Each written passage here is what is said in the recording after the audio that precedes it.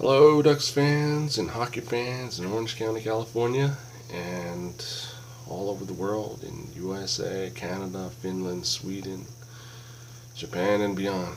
Hope you guys are doing well, having a good day, staying safe, staying healthy, and keeping each other's company in these unpredictable times.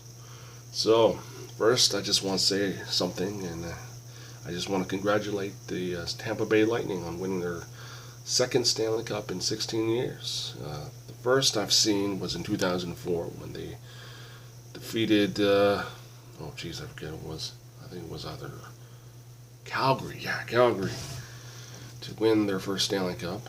And it was in 2004, right before the calamity, which was the 2004-2005 NHL lockout, which really canceled and demoralized everyone in the hockey world, including myself, in a way. So, it's not easy to win the Stanley Cup, even for your second time, and it speaks volume also that the Lightning won the Stanley Cup in these unpredictable times we're living in, with the pandemic really messing everything up and creating a lot of questions and answers on what would happen next. So, with that out of the way, let's talk about the Ducks' 28th season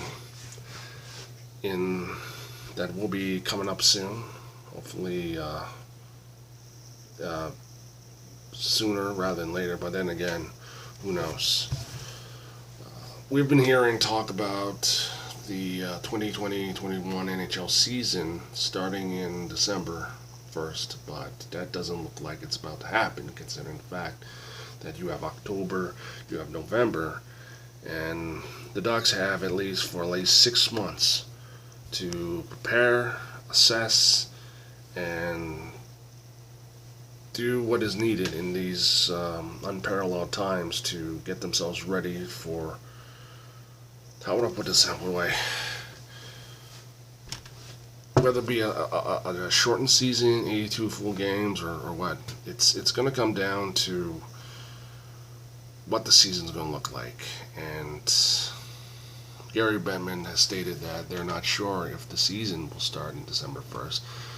They're thinking it will start in late December, early January, and I've been hearing that the 2020-2021 NHL season will start on January 1st. Yeah.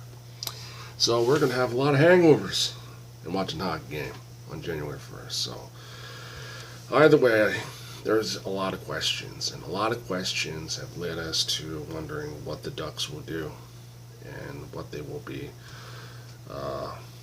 how they will ensure that there is safety, not just with the fans, but with the players and management, because you're dealing with all kinds of outside factors really screwing things up. And the question of whether or not you have fans is the number one issue, because the Ducks and the other 30 NHL teams will have to deal with that issue in the coming weeks. And who knows what that will be? Who knows what, the Honda Center will be like.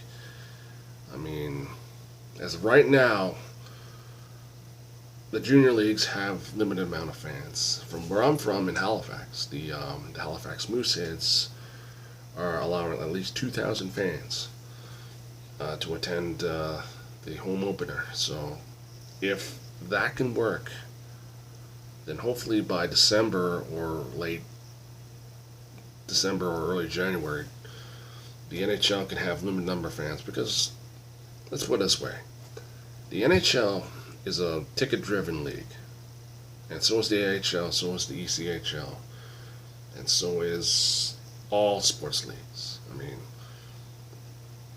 including the NBA, because once the NBA crown their champion, they're going to be in the same boat as our league, our sport, considering that all ticket-driven leagues are going to have to deal with, okay, what do we do to ensure that there's this balanced approach. And I believe personally that the Ducks since they were not playing since the last time they played the game was in March till now, have used a lot of their time to assess, to analyze, to come up with a strategy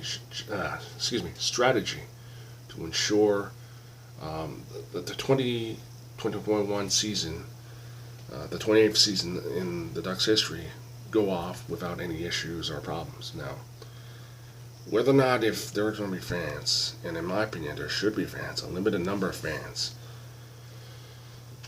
will come down what happens in the coming months. I mean, you know, the Ducks not playing for at least 6 months is, if I was a Ducks player, I would be chomping at the bit. If I was in the management role, I would be chomping at the bit because I want to see some hockey. Especially if you live in like the city of Anaheim or on all the 49 cities and communities in the OC and, well, not the OC, excuse me, Orange County, California, and all around the world, and in the 31 NHL teams and up the junior hockey league teams in Canada and the U.S. So many questions, and we won't know until the next coming weeks on what the NHL will do. Rest assured, our Ducks will be following what the NHL has laid out.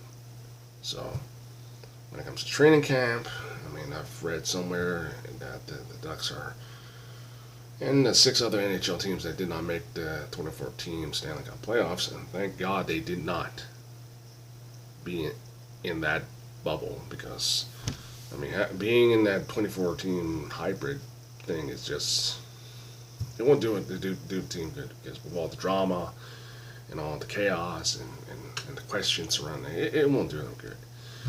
So, in regards to the Ducks, and I mean, there's when it comes to questions, the questions with what to do with COVID-19 in the 2021 season, it will be there.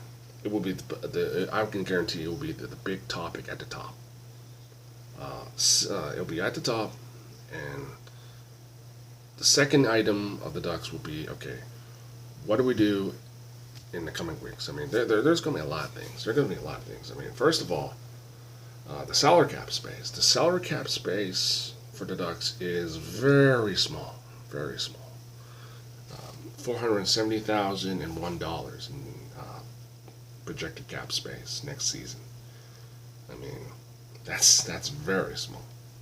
Now, as many of you know, the easiest way to free up cap space is put Ryan Kessler on long-term injured reserve. I mean, hey, it's easy peasy. But then again, you're working on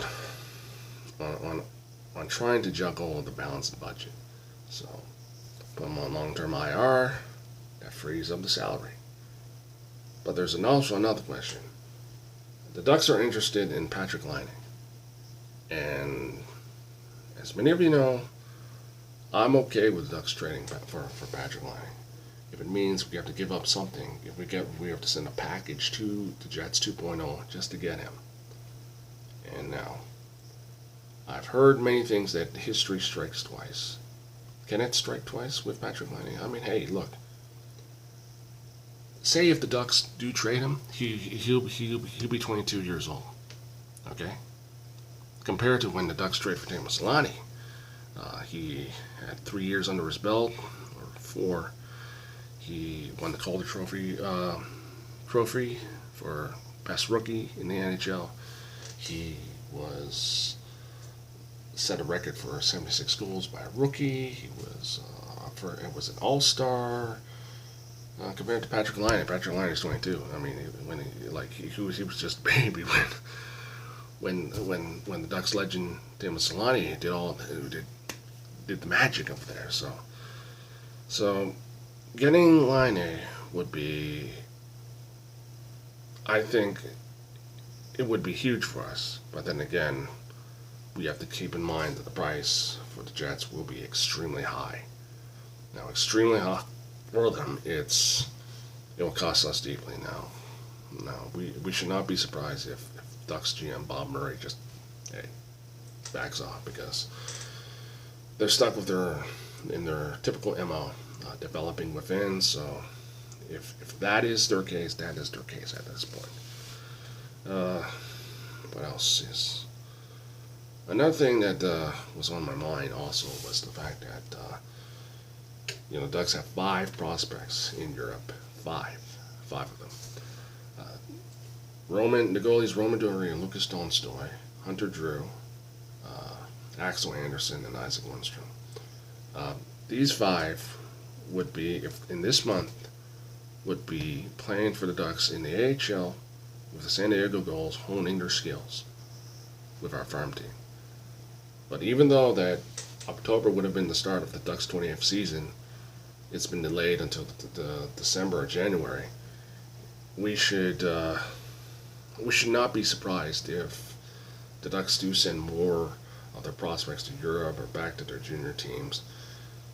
I mean, look, if I was a Ducks GM, I would not want my prospects to have like a little bit to be very rusty. I would want them to have their skills be 100% ready to go in shape once the Ducks training camp begins. If in mid-November or December or whenever that will be. So another point is Bobby Ryan. Now, as many of you know that I put up a video. My recent video is about the pros and cons of Bobby Ryan, and I pointed out that pro and cons of if the Ducks do sign Bobby Ryan, and one of the pros is basically like you have a familiar face. Con is that the relationship with the Ducks, some of the Ducks management and Bobby Ryan is not that good. I mean, local Ducks fans know this very well. Some do, some know it through internet or whatever. But the one thing that really points out is that he wants to play close to home. Now, for him, I would not be surprised if he decides to sign for like Philadelphia. I mean, he's a Jersey kid. I mean, he wants to be close to home. He wants to be close to home. That's his desire. That's his wish.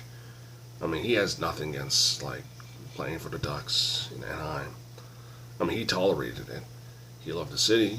Like, I'm sure that if he retires, he'll be want to go back to spend the rest of his days in the city of Anaheim or any of the Orange County cities. So it really makes you understand players. I mean, they're human. They want to go here. They want to go here. I mean, it's common for like some like hockey players if they play in like, say for example, the Ducks who drafted some players. If they play in like a certain city and they love the city, they marry a local girl in that city. I mean, example is Ryan Getzlaf for one. I mean, he falls in love with a local girl and has 4 beautiful kids, and I'm sure he will spend most of his retirement days there. Not another, but I really believe in.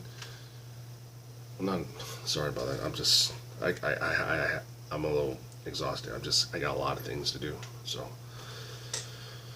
So a lot of people have asked or wondered, like, what would the Ducks roster look like once the season starts? And I will not be surprised if the Ducks have the same roster as they do. Because, of course, developing within. When you develop within, it saves you a lot of money. So, all in all, it's their strategy. I mean, we test our patience, but it is what it is. So, back to Bobby Ryan. Don't be surprised if he signs with Philly or decides to play in New Jersey. I mean, he's an East Coast kid.